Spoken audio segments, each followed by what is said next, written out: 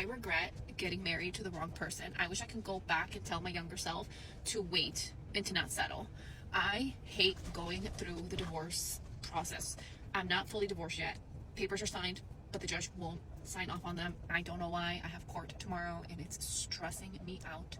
And I just wish I could go back and not get married. I interviewed 10 women who were married at one point that are now divorced, and I asked them what their biggest regret or realization was during or after the divorce, and these were a lot of answers that they all had in common. There was one answer in specific that all 10 women gave me, and that answer was, I wish I would have ended it a lot sooner. They said that they did literally everything in their power to hold the marriage together, and in the process of trying to keep one person so much, they ended up losing themselves. A lot of the women who I spoke to said that they wish they would have had the courage to confront the issues instead of just avoiding them and putting them off to the side for the sake of the marriage. Another realization that a lot of these women had was that they realized that being a wife doesn't define them as a woman, and they regretted not having a lot more autonomy. These women who were married at one point told me that their entire identity rested upon their role of being a wife to her husband, and every single thing that they did was in service to him. They were catering to him because they thought that that was their role as a woman. A lot of these women told me that it was an unhealthy dynamic because they had put their power into someone else's hands, completely forgetting about their own hobbies, interests, and passions in life. A few of these women also told me that they had wished they had taken accountability instead of finding somebody to blame and pointing the fingers at somebody else. They were so busy caught up trying to find someone to blame instead of looking within. One of the women who told me that was 46 years old. She got married when she was 21, so she was fairly younger and more immature, but she told me that she realized in order for things to work out, both parties must take accountability, and she said she never really did. So that's one big realization as well. Another huge regret from a lot of these women was that they wished they would have stood up for themselves when necessary. They were too busy validating their husband's emotions, his feelings, his wants, his needs, his desires, putting him before her, and in the process they were neglecting their own needs, their own wants, their own desires, and their own feelings to the point where they began shrinking themselves and feeling invisible. And 6 out of those 10 women who I interviewed said that their biggest regret in marriage was marriage. They regretted getting married because they had this idea of being a traditional wife to a traditional husband, where they didn't realize how much they were going to neglect themselves and put the husband in superiority to everyone in the house. I asked these 6 women if they would ever consider remarrying ever again, and they all said no, they would not marry ever again because it was too draining, and they're not willing to go through something like that ever again in their lives.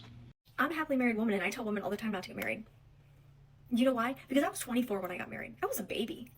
My frontal lobe was not fully developed. I didn't know anything. I got fucking lucky, okay? I got lucky, and I've been transparent about that from the get-go.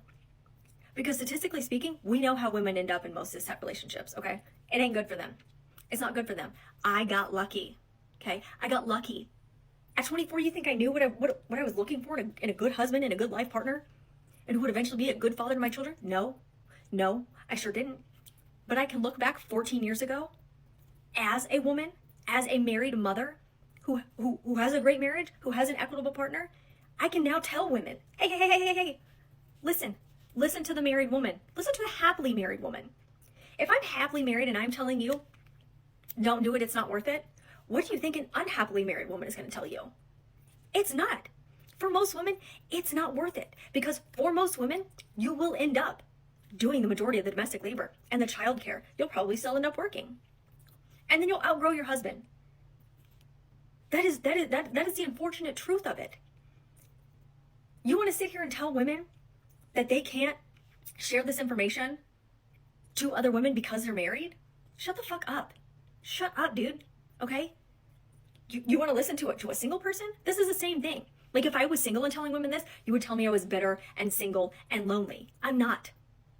I've been happily married for 12 years and I wouldn't recommend it. Because that's coming from a very, very privileged place. Because most women don't have what I have, okay? So listen to the married women, the happily married women that are telling you, don't do it, babe. I don't really believe in marriage. Not in modern day, at least, because I would say that the majority of the time, it doesn't work out. And even when it doesn't end in divorce, it ends in absolutely hating and resenting each other towards the end of life. And the reality is that in most marriages, women get the short end of the stick. Like, women are the ones who have to sacrifice their careers, their health, their well-being to take care of their husband and the children. And in modern days, a lot of women are still working at the same time as doing all of that other stuff that has always been an obligation for women. I'm not like a psychopath, so there's still a part of me that like craves it. Like, I yearn for it, but logically, I just don't really care for it because I don't think that it's going to benefit me, honestly. I feel like it's actually going to stunt my growth. It's going to stunt my career. It's just going to stunt me in so many ways, and I'm going to grow to hate that person. I didn't have to be in a marriage to have observed that in literally hundreds of marriages of the people around me. There's also a part of me that's just skeptical about the idea of being with one person for the rest of your life. And because so many people go into marriages with such high expectations, like they think it's going to significantly improve their lives, and then they're like quickly humbled within the first few years of marriage, I just feel like that actually sets people up for even more pain and heartbreak, because society and just like our families have raised us to glorify marriage or to see it as like our end all be all purpose in life.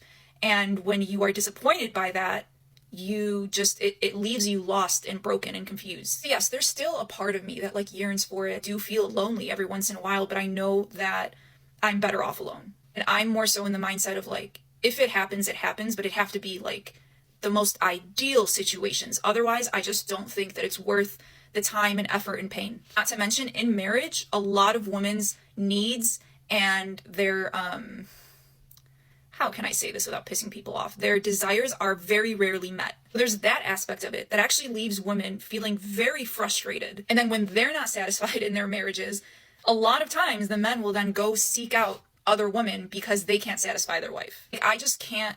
Why would I put myself through that? I've seen far too many marriages that have failed, or if they haven't entirely fallen apart, they leave, at least the woman for sure, just feeling so broken and regretful of even getting into the marriage in the first place. Like, most of our moms and aunts and everybody, they're miserable in their marriages and they regret marrying the men that they married. So part of it is also just like the fact that they didn't choose well, but like, that's the reality for most women.